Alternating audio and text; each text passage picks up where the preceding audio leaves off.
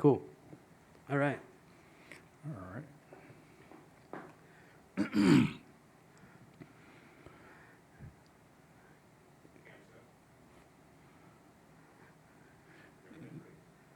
Talking about a shoot, yeah. Yeah, so the shoot, I mean, we had, like I say, Joe Simpson was there, and he wasn't supposed to be a part of the shoot. Yeah. Because he was bringing the little boy, to the shoot because he was one of the people that was trying out. And so we were like, okay, well, let's go ahead and make you, because he had a modeling agency. He was one that was representing the kid. And so we were like, okay, well, let's go ahead and include him in the show, and make him a judge. Yeah. And which he was, I mean, everything went perfect. You know? Like you don't really think about it while everything's working. Right. And you're like, oh yeah, cool. He just brought a friend or something like that. Exactly. And usually my shoots have always been like that. Like I would, if somebody showed up, because I would look and say, okay, you know what, that person would be great for this. Yeah. And because this happened to me in the Master P video, the one If the Feds Only Knew, is that I was working on it, but Master P was like, hey, I need another person. You need to be Secret Service. And so that's how I ended up. And I had to get a suit. The suit, I mean, if you ever see that picture of the suit, I mean, it's way too big for me. But somebody had to supply a suit, But after finding out about, the Joe Simpson thing, we had I was down to editing, and we were like a week away from like really putting it out there. And my friend called me. He says, hey, man, go look on TMZ, check out TMZ. And so I go on, and it shows Joe Simpson and the kid that was a judge on our show was at the beach. They were like on the beach, and I never forget the pose that they were like. I was like, man, that's, it just, I say we got to pull it.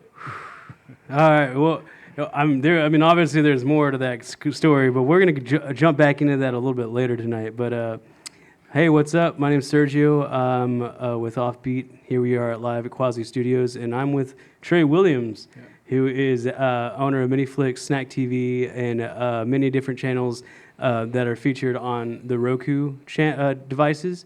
So if you have Roku, check out Miniflyx, and you'll be able to find a lot of your content. Right. Like King Sizzle, which is a barbecue-based content channel, Right. and then like Snack TV, which is more cooking, different type of cooking environments. And Right.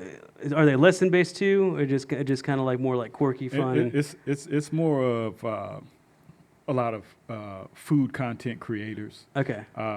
It's made up of that and a little bit of TV shows like Peel is on there. Peeled is on there. It's like a vegan. That's one of the first vegan cooking shows. Yeah. And TV shows. So you can find all different types of things, and I am going to start bringing podcasts. Yeah. Grids on the channel, so like, because there's a podcast for everything. There's a podcast for Miniflyx, and then podcast is talking about short film producers. Let's talk about this movie. So there are a lot of podcasts for all different types of things. So each one of the channels are going to have a podcast grid, so people can start streaming their pod. They can monetize their content too. So Definitely. So yeah, that's definitely where that's going. Cool. And so one of the ways, I mean, how did we end up hooking up? Like, I mean, I know we had started we talked a lot about Mardi Gras. We had talked a lot about like working with different. Was it Instagram? Yeah, it was Instagram. And I remember, because I think you sent me a message, and I saw all this entertainment, and so I started like watching some of the stuff. And I'm like, okay, well, they got some real, some stuff going on. So we linked up through Instagram, and I came down to find the place. I drove all the way around. I just saw the church. Because the I church, just saw the church. I was like, okay, this is just a church. Okay. So I gave up. I said, you know what, I'll just catch up with him, another time. And so we eventually got together, and I actually seen how much this has grown, since the first day. Like I said, I've worked with people just coming out of the film industry. So, because like I said, the last time I've been in Mobile was 30 years ago. So but being in Hollywood, working with like a lot of the film and music videos and stuff like that, coming back here, I felt like, okay, home should be developed. Film needs to, something needs to happen. Yeah, because it's almost like I'm a fish out of water, though. Yeah. In a way, it's like, dang, I love home, but I love to shoot. I love to create. I love to film. But what's happening here? Yeah, really what's happening here is like, okay, yeah, you got a few people doing this, you got a few people doing that, and then you got a lot of people that don't want to see you succeed. So, because that's one of the biggest things that I've seen down here, is like people, and the first, and people always say that's Mobile. You see, that's Mobile. See, last time I was in Mobile, I was 19 years old. So I really didn't know Mobile. I only knew Mobile as a kid. Yeah. I didn't know Mobile like my parents at that time. So but just coming back to Mobile, I really support my city, and I'd like to see film grow. And so when I saw you guys on Instagram, I'm like, okay, that's a group that that they're trying to make it happen. And it's kind of like the same way I worked out there. I mean, I worked independent I worked under Carl Craig. And Carl Craig is the one that did the Hollywood Shuffle, but this is way before your time. These are movies like Hollywood Shuffle with Robert Townsend, Deep Cover with Lawrence Fishburne, and all of those. Those were the times then, like Boys in the Hood and all of that stuff. So, but coming back here, it's like you gotta collaborate, and I've always collaborated. Once I left Carl Craig, and it was a stupid reason why. One part of it, I had an ego, and I was 22 years old, but Carl Craig, I never knew he was. As big as he is. Yeah, as big as he was. I just got an internship. Because I went from one internship. That person gave me another person. Like, I started at ESPN, and then at the end of the day, at the end of my internship, they took me out to eat, and then one of the guys, Wayne, said, hey, here's a business card. Get this guy a call. He might be able to get you another internship. So I called, and I ended up at Univision KMEX, which was a Spanish TV station. And I'm like, okay, what can I do there? Like me, I didn't know Spanish. I didn't know any of this stuff, but believe it or not, most of the people there are white. Yeah. You would think it's like all Hispanic there, but it's, it's not what you think. So at the end of that internship, they sent me to Carl Craig. Now, that was probably the height of everything, but how I, separated from Fifth Gear Entertainment was we were on a shoot, and this was another Master P video, and so his production coordinator, I think she was a production coordinator or whatever, but she had $20,000 cash. We always had production money on the set. We always had at least $20,000, $30,000 because if something happened, we got to make a move and go get something else. So anyway, we were in the production trailer, which we were also sharing that same trailer with the costume, so they would come in and we had security guards, police, outside the thing. And so I remember I came in and I was sitting there with a couple of guys. We were talking on lunch break and whatnot. Then so she comes in, she says, "Are you guys going to be here for a while?" And I say, "Well, I got to be back out there in about 5 minutes." So, she says, just "Okay, as long as it, yeah." So she puts the bag down, a backpack. She puts it up under the little thing. She says, "Can y'all watch that for me?" And I said, "Just like I say, I'm out in 5 minutes." So sure enough, later on, I'm getting off of the part that I was doing. I was done, and so I was going across this field, right? And I saw her like just frantically like looking. She was looking in the trash can. She was going here and going there. And, you know, and I'm walking and I'm like, okay, well, what's going on? And then I see her go to, you know, the executive producer, right? Yeah. And then, so, you know, they're conversating and I'm walking on and then she pointed at me. And then he said, come on, you know, he told me to come here. And so I came over and he says, did she ask you to watch this, the backpack? And I said, well, yeah, but I also told her I was only going to be there for 5 minutes. So, you know, I had a job I had to go, go do, you know. And so he says, well, you have to meet with Carl Craig on the following Monday. This was a Friday evening. So Monday morning I go in and I'm sitting in front with Carl Craig and I'm like, he's asking me, he says, because I called her stupid. I called her stupid to the executive producer. I say, well, I'm, you know, why would I put if I had $20,000 cash in a backpack or anything. You don't put that down. Yeah, you don't put that down. Yeah. It stays with you. You know, the thing stays with you wherever you go. That's the production money. Yeah. And I say, she's the stupid one that, you know, put the thing, you know, down and, you know, whatever. So, and she says, I don't like the way you can't call me stupid. This. I say, well, you know, I'm calling it what I see it. Yeah. That's just what I see, you know. And so anyway, I had to explain that to Carl Craig on Monday, and he says, I need you to go apologize to her. And I say, I'm not going to apologize to her. Well, I need to apologize, but she was the one being stupid. And he says, well, you know, you still got to go apologize. It was kind of harsh. He says, either that or you can leave. I say, well, I guess I'm going to leave. You know, so I walked on, walked on off. But after that, I started just doing like independent things, you know, independent films, because I still stayed in touch with a lot of people in there. Now, and that's the other thing, like how we were saying about Mobile, you know, the difference between Mobile and California. California, we collaborate a lot. That is just like when you go on a set, you meet somebody new.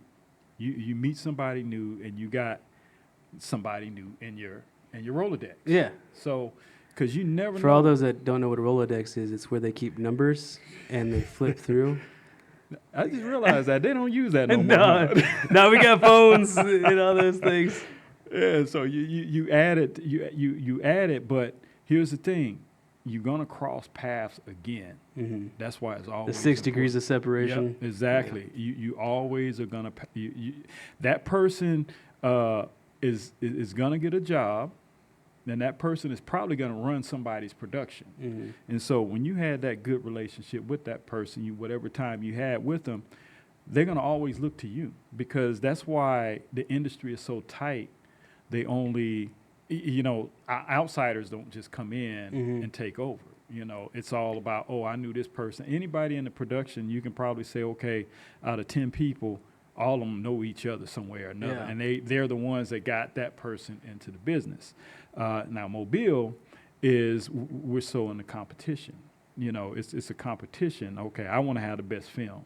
I want people to know my movie, you know, but see, when you do it that way, you're already losing production value, you know. Well, you know, and then that comes back to, like, we were talking about this before, is being able to see the value of what Mobile has to offer, or even so much production-wise in Alabama. Because, like, even though there has been film shot here and stuff, and people know that, you know, Mobile has been mentioned in a couple different movies and all that, it's really hard to connect with people here because, you know, Mobile doesn't really want things to change. Alabama doesn't really want things to change. And it's really more or less just showing them the value of what it means to change. Because, you know, I always kind of attribute it, like, Mobile to where, like, Nashville once was, or like New York once was, or Los Angeles once was, or Austin. Like, we're like at that cusp and that beginning stages where, you know, we're in the midst of Birmingham, we're in the middle of Destin, we're in the middle of New Orleans, Atlanta, and all that stuff. And like, it's good location. Yeah, it's insane to think how much of a hub that Mobile is, and like the next one to explode if somebody really was a philanthropist in this area to support film and support the industry and stuff. And creating incentives for, you know, companies to come into Alabama to actually film, and giving people more of a reason and more of incentives to be here. And like, it's not even just that, it's just like the story is here, and like the ability to show like what we're capable of, because and I mean, like you said, it's here. It's like, Right. and there's a reason why you came back. Right. Yeah, Right. and I feel like it because I almost didn't, you know, because Yeah. it was like I was thinking of all other different things. I was thinking of all other I almost didn't, but like I say, you know, just being back, you know, it's like, yeah, this I want to see it. Mm. You know, I want to see this succeed. I want to see now. So what was the reason? Like, I mean, was it because you wanted to be family, or just like kind of build something different? Yeah, there were a lot of things going on family wise, and I was pretty much. I mean, you get done without it. You know, if you've been out there for so long, and plus a lot of, because COVID did a lot of things. Yeah. You know, COVID changed a lot of things, and I just really wasn't feeling. It was getting stupid. Yeah, you know, yeah. it was getting stupid where, you know, people started camping out. I mean, people losing their houses. Yeah. You know, people were just losing their houses. And I'm like, okay, well, California, something's going to go down with California, you know, because, you know, they ran out of money. You know, all of these things that was going on in California, and it's like, yeah, I don't want to have a part of that. Yeah. You know, I don't want to have like, it collapse. And then you got crime. Yeah. You know, crime is going to take off. You know, so it was a lot of things that I thought about, but it was like just the right time, though. Yeah, it was just the right time. Yeah. It was the right time. I mean, I look at this right here. It was.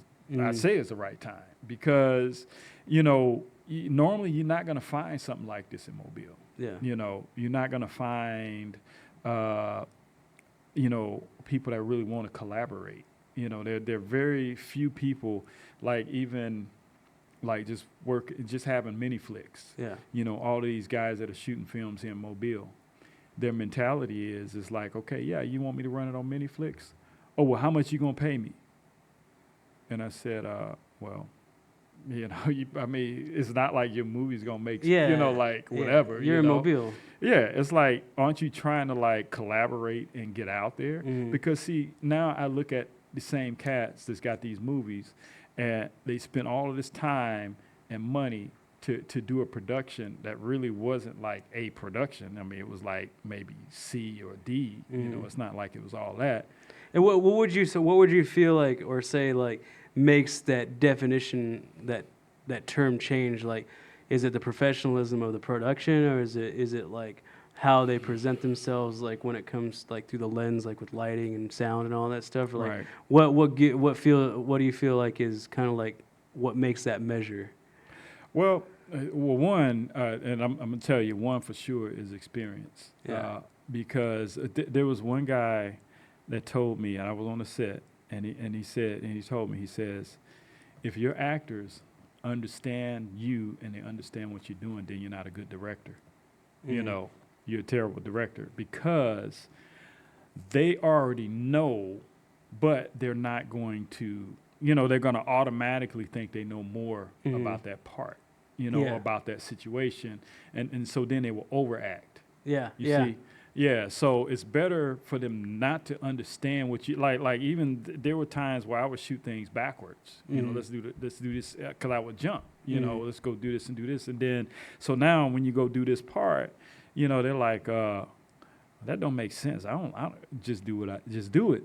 Yeah. You know, well, that don't just do it. You know, and then when they do it, then it's like, oh, okay, it makes sense after you get that scene. Yeah. But the thing about it is now you have a scene that was unbiased. You know, like if they came in already knowing their reactions, they already know this and know that. You know, sometimes they might overact on a position, and then it's like, okay, well now you kind of ruin the part. There's nothing special about it. Yeah, and then you will lose your people. Like even if you get a third of the way through a movie, now if they see something that was just you just threw them off because they were really into it. But then when they see something real cheesy, then it kind of, you lose credibility. You know, then it's like, okay, well, it's a joke. You know, this is But yeah, the thing here is, like, to answer to your question, like I say, experience and creativity. You see, I talk like some people. The first group that I worked with when I first came out here, you know, trying to help them out. This guy went to film school. He went to that, I think it was like Full Sail Film School, something like that, LA Film School. Mm-hmm. And That online class? yeah, it's Okay. online class, and I always tell people, look, either you got it or you don't. I went to school with people, and we all had to do exams. We had to do projects. We had to do things, and there were a lot of people. Why are you in film school? Because you're a technical person. You can't create. Yeah. So like, but a lot of people want to do it for ego, for self. Satisfaction, and all of that stuff, so they can say, okay, well, yeah, I'm a filmmaker. So this guy, we really didn't click because he, you're talking like you're a film person, but you're in school. You haven't gone through the trenches. You haven't been on sets. You haven't been on movie productions, but you're being told what the experience is like, but you haven't seen it for yourself. You haven't seen for yourself. So it's best to sit back and listen. Listen more, talk less. That's how I always tell people: listen more, talk less, because the more you talk, you're missing a point. So, but yeah. I was thinking the whole quick to listen, slow to anger, slow to speak thing. Right. Yeah. And see, that's and if people really would kind of think about that. Think about them words and then act on them words. When you act on the words, and you keep, it just become, repetition. You would start attracting. You would be surprised at the people that you attract if you change, some things, some of your habits. Yeah. Like me, I don't care who succeeds. Like this reggae artist, Diljan Bailey. I remember he came to me because I was doing a music video for this Caribbean artist called Black Jaguar, which was actually my college buddy. And so Diljan was actually at the shoot, and so, everything went good. And then Diljan came to me. He says, hey, man, how much do you charge for music videos? And I said, well, if you got to ask me, then you don't have enough money, And he's like, no, man, and I say, no, trust me. If you're asking me, you don't have enough money. And see, but I'll help you out. Yeah. I'll help you out. He came, see, he was big before, but he crashed. Yeah. And he had been trying to get back, for years and trying to get back. So I say, so what's your budget? And people always get funny. When you say, what's your budget? There's going to be like 9 stories before you find out what their budget is. Yeah. Oh, yeah, well, I work at the part-time at the steel mill, and sometimes my check is kind of, Okay, so what you telling me? I just got $500, And I said, but, I would still, there's still a value depending on how much they're value. willing to put into it. Yeah. Yeah, so with him, I wouldn't really, because I'm looking at the music video I just shot here. That was my college buddy, but he saved up a lot of money because he knew that, okay, I can't. He knew what he wanted. Yeah, he knew what he wanted, and he had the money to do it. So whereas this, and I know I see, like when you post about like, people when they start growing, they forget about. And they don't really like kind of pay give it back or, and give back. This was the same situation. Those are the people that when you do things for cheap, those people do not appreciate your services as much as a person that paid $5,000. Because there's value to it. There's value to it, So Diljan, I took on to him. I helped him, and we went to the beach and shot a few scenes here and there, and we did a few videos, and he blew up. Yeah. He blew up, and same thing. They don't give back to where they started from, and see, once again, energy, and like I say, history repeats itself. See, he fell before, you know. There's a reason why. There's It's just a reason enough why. to figure out if he knows or is If able he to figured see. out why it happened. Yeah. Because see, now you're back up there. Yeah. You know. But see, here's the other thing people don't realize. Like, it doesn't matter what you want to be. You know, I want to be a rapper. I want to be I want to be a baseball player. I want to be a pro NFL player, any of that stuff. But here's the thing. You got to perform every day. Mm-hmm. You can't, like, you know, because you are in the spotlight, Mm-hmm. you know, and like they say with actors, you're only as good as your last movie. Mm-hmm. Because, see, if you don't do any more movies anymore, what do? They end up working in a restaurant. Mm-hmm. They end up pushing paper, or they end up, you know. Talking about how things Yeah. used to be. Yeah, and so you have to be, like, on point and that's what these people don't realize. Mm-hmm. These social media people on YouTube, I try to explain to my kids, you know, hey, their life ain't like what you think it is, even though they got $1 million in their pocket, but $1 million, $1. Mm-hmm. It won't make a difference in your life. If you're unhappy, you're unhappy, you know, but unhappiness comes from a lot of money before it comes with no Mm-hmm. money. You know, I've gone a long time with no money before, you know, but I was still, okay, well, you know, I got to watch my dollars. Okay, I'll just go down. Let me go to, back then it was AM PMs out there. You know, they used to have the hot They still dogs. got, yeah, they definitely got those. Yeah, so. And those so, Tom Thumbs. Yeah.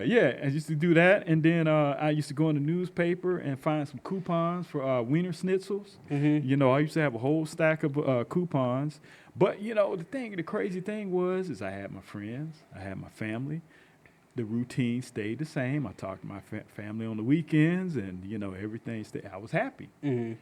But, you know, when you get up in that $1 million does not come free. Yeah. $1 million does not come free. I don't care. It don't fall on your lap. You don't just go in and you can't even go to the bank Yeah. and get $1 million. You see, so Or else ask you a lot of Yeah, questions. You yeah. have to get taxed a lot. right. Yeah. But now, if you acquire $1 million and you put it in your pocket, and now you have that $1 million, this is going to be a lot of things that's going to be running through your head when you got $1 million. Mhm. It's like, okay, well, should I? But can I do this? I can do Yeah, that. I can do it's that. like, I can do all this stuff yeah, now. I can go like, get a Benz. I can go. Yeah. I can go. Oh man, I can just imagine. I can my let life. people know that like my status has changed. right. Like I'm taking a step up. Right, Yeah. right. You know, and I know Dennis Rodman, Mhm. for example. When I lived in Orange County, he lived in Newport Beach. Dennis Rodman used to party every single night. Every single night, Dennis Rodman. I've been to his. He had orgies. He had like his parties were like he lived next to down the street from Kobe Bryant, and I remember Kobe Bryant had the helicopter pad in his backyard. That's Mhm. how he went back. You know, he didn't drive to L.A. You know, to go to practice. He didn't do all that stuff. He had the helicopter would come and pick him up and take him back everywhere he Foreshadowing. went. Yeah, and so you know, but Dennis Rodman, they had to kick him out. The HOA had to get him out because he was having these crazy parties every single night, and then he opened up a club. It's in Newport Beach. He opened up a club called Josh Slocum's. Mhm. You know, but people just did not accept Dennis Rodman Mhm. because one, he was an asshole, you know. Two, he was above the mayor, you know. He was above everybody. You can't Mhm. tell him to do anything, you know. But they eventually, you know, got rid of him. Mhm. But you know, it's those egos. The thing is, like, it's like you work so hard to get somewhere, but then you don't like recognize the importance of having it, Right, and then you recognize it obviously afterwards. right. But that's just one of those things. Like, Right. yeah. And you know, like I mean, you look at us. I mean, we're not millionaires, but you know, but we happy. Yeah. You know, but then you got somebody that's got like Elon Musk got 200 million, you know, 300 million. It doesn't mean they're all happy, Yeah. you know, because you got to wake up every single morning and stay in that status, Yeah. you know. It's like it's hard to be 100% all the time, especially when you know all you can give is 70%. exactly At that point. But, exactly. But so I'm with Tre Williams. We're talking about Miniflyx Productions and just you getting into the production side of things, Right. music videos, movies and such. But we're going to be right back after these messages, and we hope you stay tuned because we got a lot of good stories that are coming at you. So Some real good stories. oh yeah, and we'll be right back.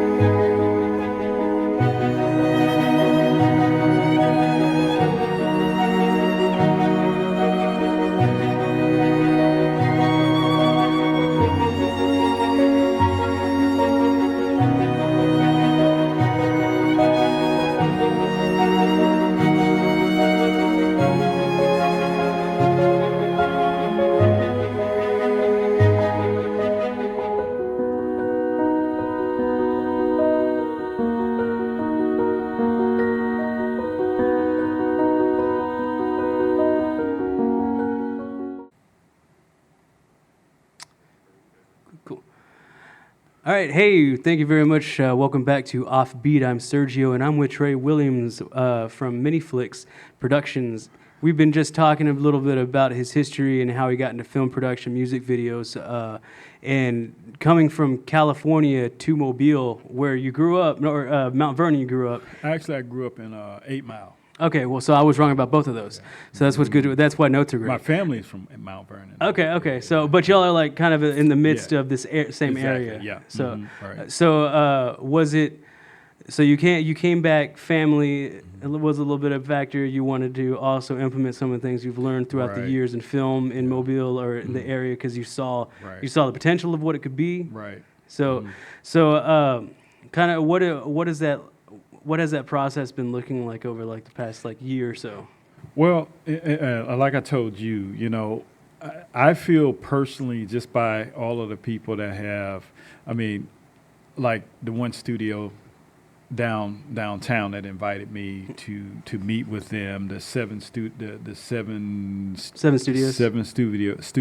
invited me down, had a meeting with them, and you know, I got the feeling they were really trying to pick my brain and take a little bit of the information so that they can utilize it for their own so they gain. can utilize it for themselves. Because, like I say, I went there, and I guess no matter what I did or my experience was never taken in, Yeah.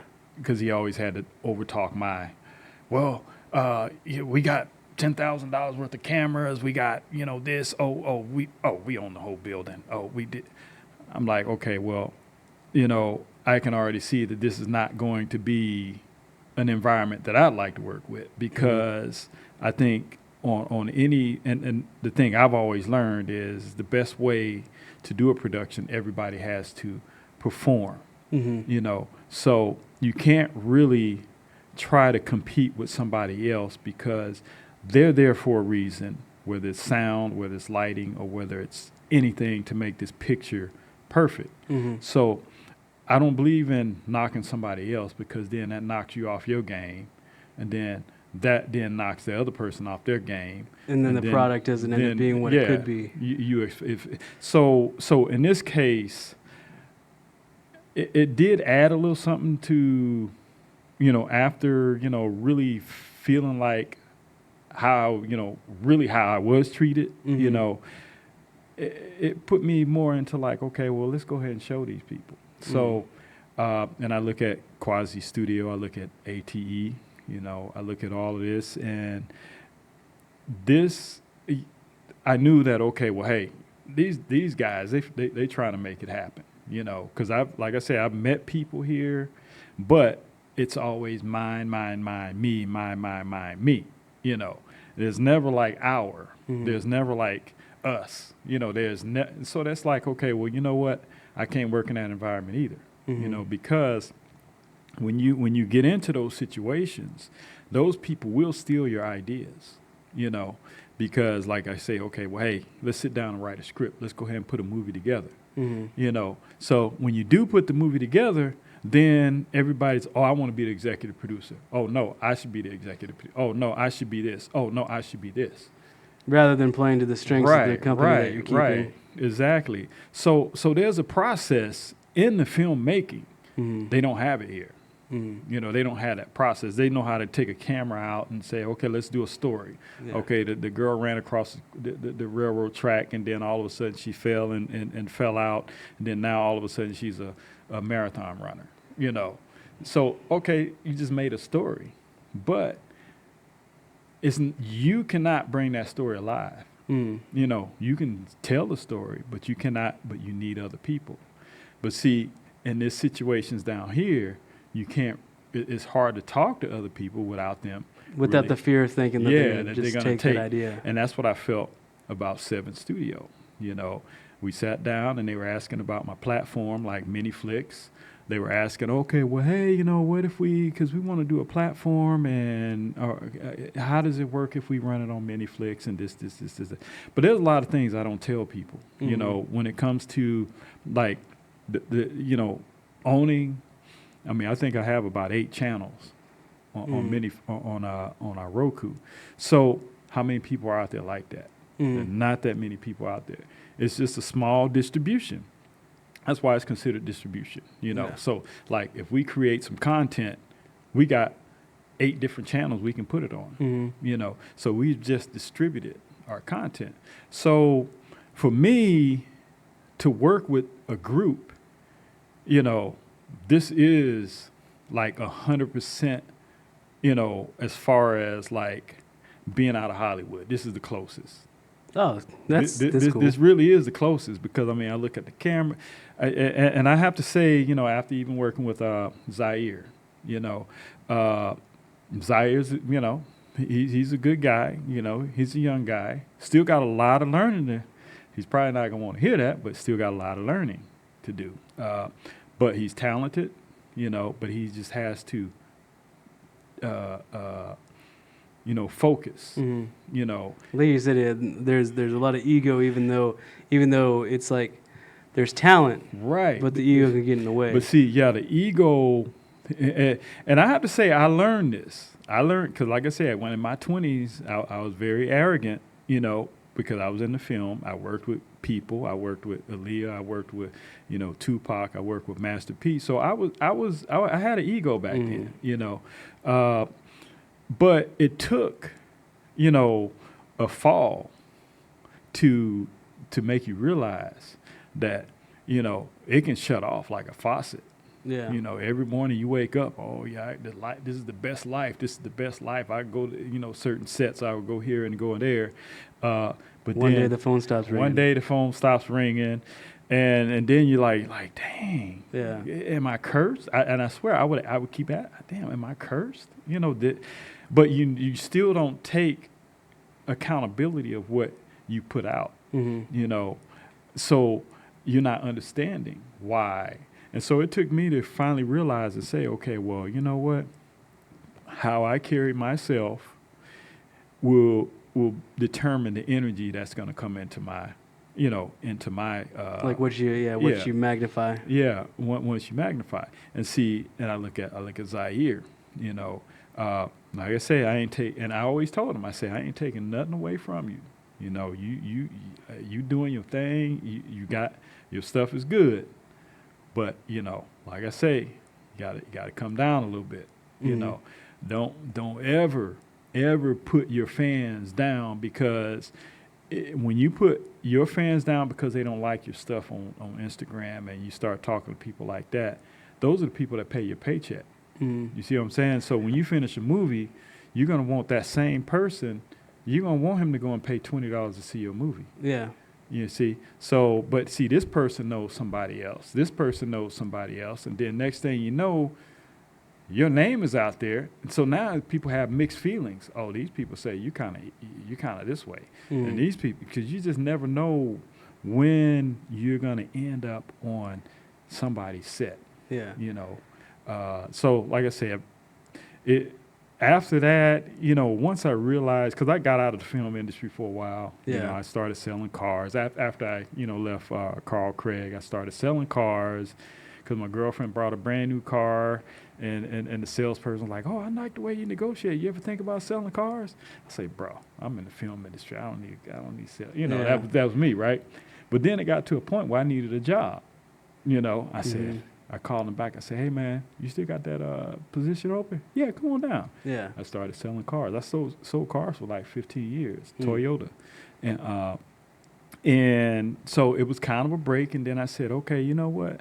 After I left Mercedes, you know, I said, okay, I'm getting back into the film, and I'm not going to jump in and jump back out. Yeah. You know, I got in, I stayed focused. I created my own company. I was doing, once again, I was on the top. You know, I had, you know, everybody's wanting to use the company. I was went from working with BET to doing productions for BET, you know. So, and, you know, and I started getting the ego, you know, you start getting a little up there again. But this time I didn't fall, but I had a little shake.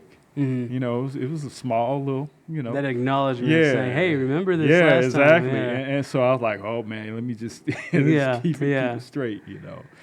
But, Mobile, they still got a lot to – one, they got to get over the social thing. You see? Yeah, because if you can't socialize, or you don't have social skills, then you're never going to be successful in the film industry. You know, it's like one of those, you know, you can get the plane up with the thrust, and once you get up, you can't turn the engine off because you're going to go down. Yeah. You know, because that's what their life is going to be. They're going to get a good little film. Oh, I got this best film, you know, and I'm going to put this on. Everybody's talking about Tubi right now. Yeah. You know, I know the guy that started Tubi, you know, and that's what, you know, that's why I started my channels. But see, I did multiple channels, you know. We all started these channels back in the days with YouTube, and you know, I had one friend that lucked out. You know, he had a YouTube channel called Android TV, and so when Google took over Android, the first thing they said, you need to shut that channel down. And he said, I'm not gonna say I had Android way before you even got Android, you know, trademark, you know, and so they fought back and forth until Google just said, you know, hey, here's $18 million. Boom, cashed them out. Jeez. Then Tubi, you know, Tubi is another story, and I'm going to tell you that after the break. We're get back into it. So I am with Tre Williams from Miniflyx Productions, and he's one of our distribution partners for our All This Entertainment channel on Roku.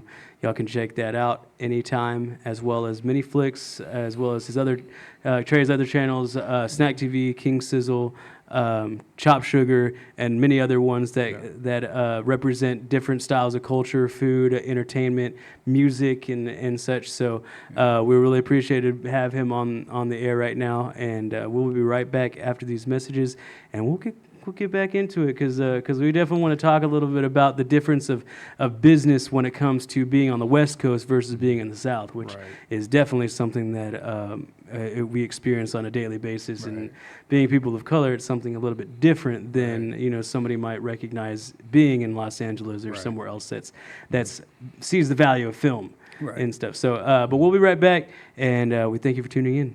And, It's because of me that we missed our last chance of being saved. I got you and you got me. I mean, shouldn't that be enough? What's left?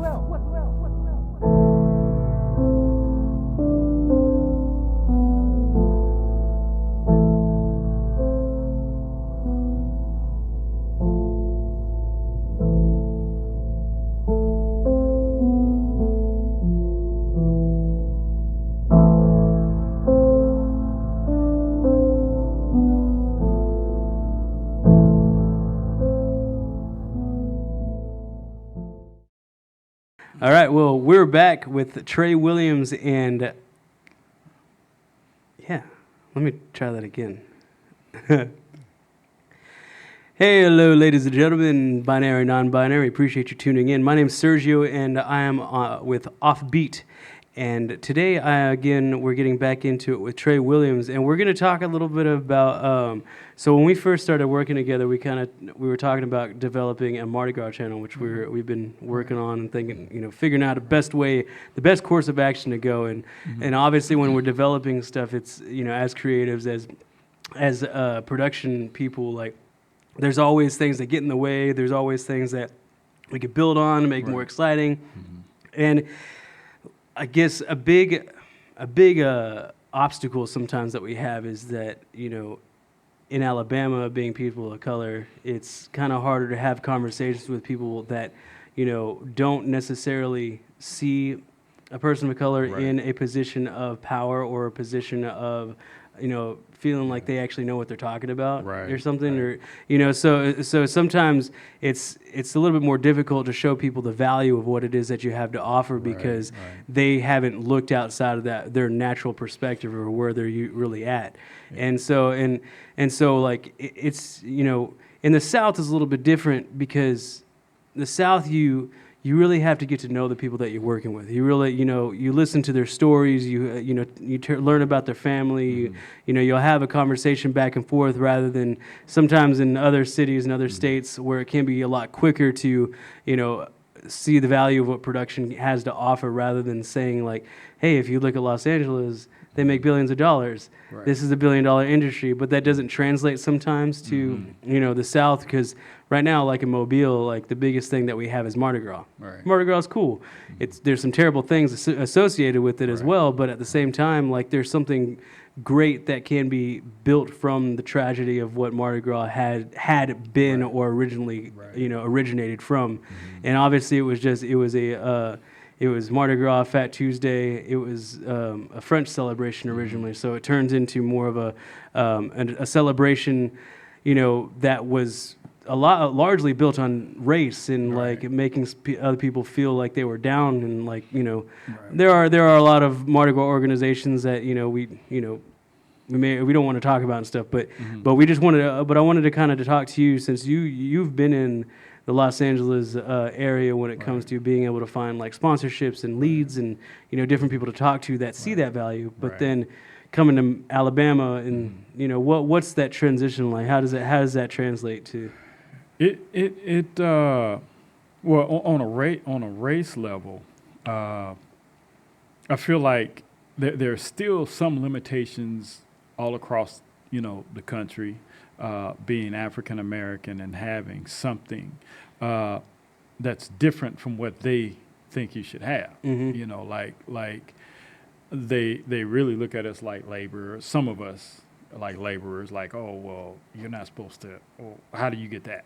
Or how do you know? Yeah, I went to school. I learned these things, but here in Mobile, it's just different, you know, and like I mentioned to you before when we went to sell a proposal, you know, to a company, and I said, yeah, you know, I can pick up on it, you know, there is, see, in California it's hidden, you know, it's hidden, you know, they can look you right in the eyes and talk to you, but they can have so much hate, but they don't show it. Because it's business, you know. So there's still some limitations. I mean, even when I had my company out there, you know, which was surprising, you know, I used to get hired by Canadian companies and they would come into, you know, and do these projects in the United States. But, you know, it was all like phone calls and emails to set everything up. But then when they finally come into town and they're like, oh, okay, we're looking for Tre, and then, okay, I'm Tre. Oh, you're like Tre? a reservedness. Yeah, that kind of it's like, happens, or- yeah. And then, so the whole tone changes where, okay, well, I'm going to go ahead and set everything up, but I need to, well, you know what? You need to talk to my assistant. You know, from this point, you know, talk to my assistant. I say, but these questions are addressed to you because we negotiated this deal. You know, we set this whole thing up, you know. I mean, this particular company was just terrible. You know, once they found out, you know, I mean, they just wouldn't, they wanted the whole crew, they put the whole crew up at the SLS, which was a $400 a night hotel. So all of us, and that was part of the contract. You know, I had everything, and it was like a $10,000 budget just for, you know, Housing. You know, housing. So what I got from this whole thing is this company dropped. That whole project was like $20,000.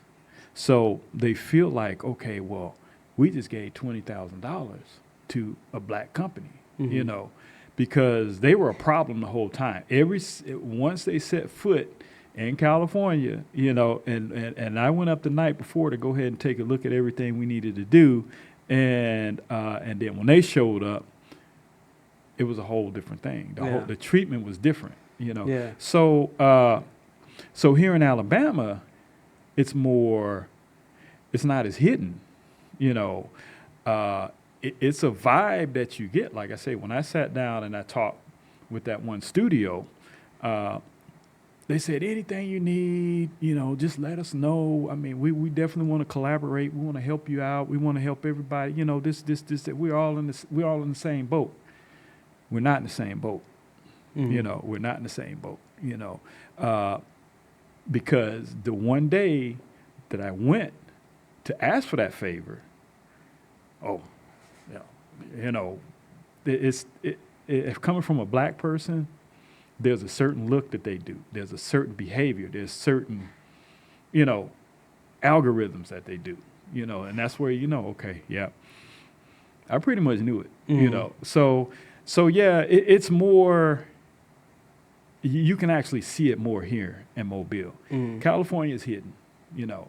Everywhere else is hidden, you know, because if you really think about it, all of the racism started in the South, you know, which was the Civil War. So after all of that stuff went, where did people go?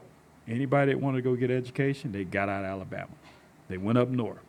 Everybody went up north. And everybody that went up north or went out west were success, you know, not everyone, but became more successful, educated, you know. So me being in California, coming from Alabama, it was a culture shock, you know. I mean, it took me a while to figure out, okay, they were Mexicans, you know, and I didn't know how to think Mexican, you know, all I saw was on TV, you know, so it's like it's kind of like a stereotype in a way. Yeah, like exactly. Like, you know, and honestly, you know, and how we're guilty sometimes too, you know, of racism. You know, I always thought Mexico, all of them run. You know, because Speedy Gonzalez on Bugs Bunny. Believe you me, you ain't seen me run.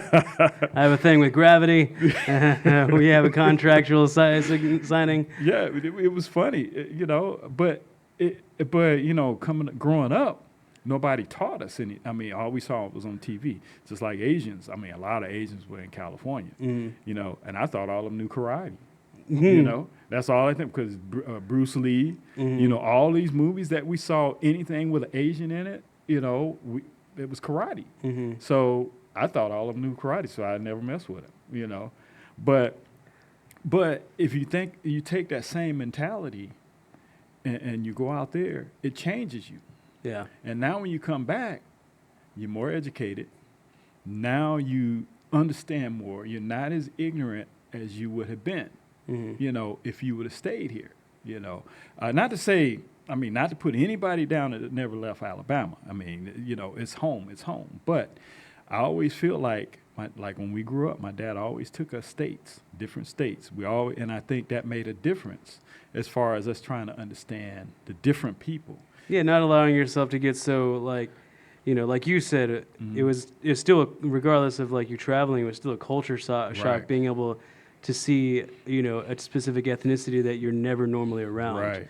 You know, and you know, it's funny, it's interesting that way because like when I was doing Ubering and everything, one of my fares was this Mexican dude spoke heavy Spanish, and he had asked me if I spoke Spanish. I was like, nah, it's one of the things I'll always feel guilty about. And he's like, well, you know, you can learn anytime. And I was like, yeah, I can. Right. But also, you know, depends on what my time is working towards.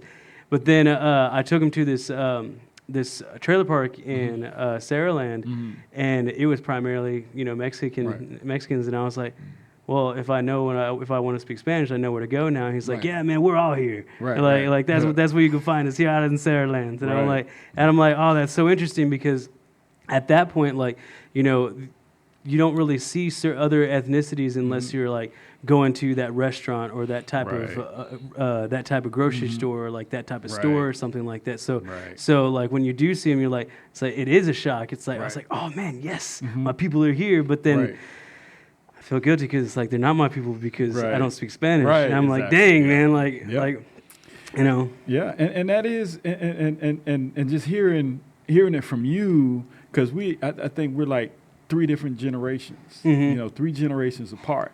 You know, see, when we were growing up, there was no, you know, I mean, separation of but there were no like, you know, only Asians we knew were like the Laotians and the Vietnamese because they were the shrimpers. You know, they were on the shrimp boats, but you rarely saw them because they all stayed in Violet Battery. You know, they had everything that they were doing down in Violet Battery. They wasn't coming up to Pritchard. They wasn't coming to, you know, parts of Mobile. So I never really saw it, you know, saw Asian and like Mexicans. I mean, it was probably like once in a lifetime that you see a Mexican, you know. So it was all white and black when we were growing up. Yeah. It was like all white and black. You know, that's all you saw every day when you grew up on TV, white and black. You know, so yeah, it's amazing to kind of hear like your generation and how like you're interpreting things. You know, like, but like I say, back then they left town. That was the biggest thing. You know, when you left high school, when you were done at high school, the first thing you did was you got on the train and you went up north. Michigan was one of the big states that a lot of people, you know, from Mobile, Black Americans, went to Michigan, you know, in Chicago, and some went west, but that was if you talk to a lot of those people, that was the best thing they ever did because their lives were, you know, a little bit more open. You know, they were able to do things. I mean, of course, racism has always still been around, but, you know, but you can actually work next to a white person. They can be racist, but you can still work with them. You still had a job to do, you know. Whereas here, it's like, no, we don't want to hire, you know, stuff like that. So, but in the film industry, just there's a lot of potential in Mobile, you know, if they let it. Yeah. You know, but they're not going to let that happen. I think they will. Eventually, eventually they will, but in their minds, you know, the ones that are controlling are the ones that are up there. So, you know, that's another story we'll talk about. Yeah, you know, cool. Well, I'm sure we'll get to another a conversation at some point. But for now, for tonight, we're going to be signing off. I'm Sergio with Offbeat. We've been here live at Quasi Studios. Been talking to Tre Williams, at Miniflyx Productions. Be sure to check out Miniflyx Productions on Roku and the many different channels that he has on there when it comes to little, small, shorter movies. What was it? A long film short? A long story short. Long story short. Right. And of course, Snack TV and a couple of the other channels that he's got, as well as the All This Entertainment channel on Roku too. You can check out some of the collaborations that we'll be working on, and we appreciate y'all tuning in with us tonight. And we'll be airing this at some point soon. Yeah. But we appreciate y'all tuning in, and we'll see y'all next time. Cool.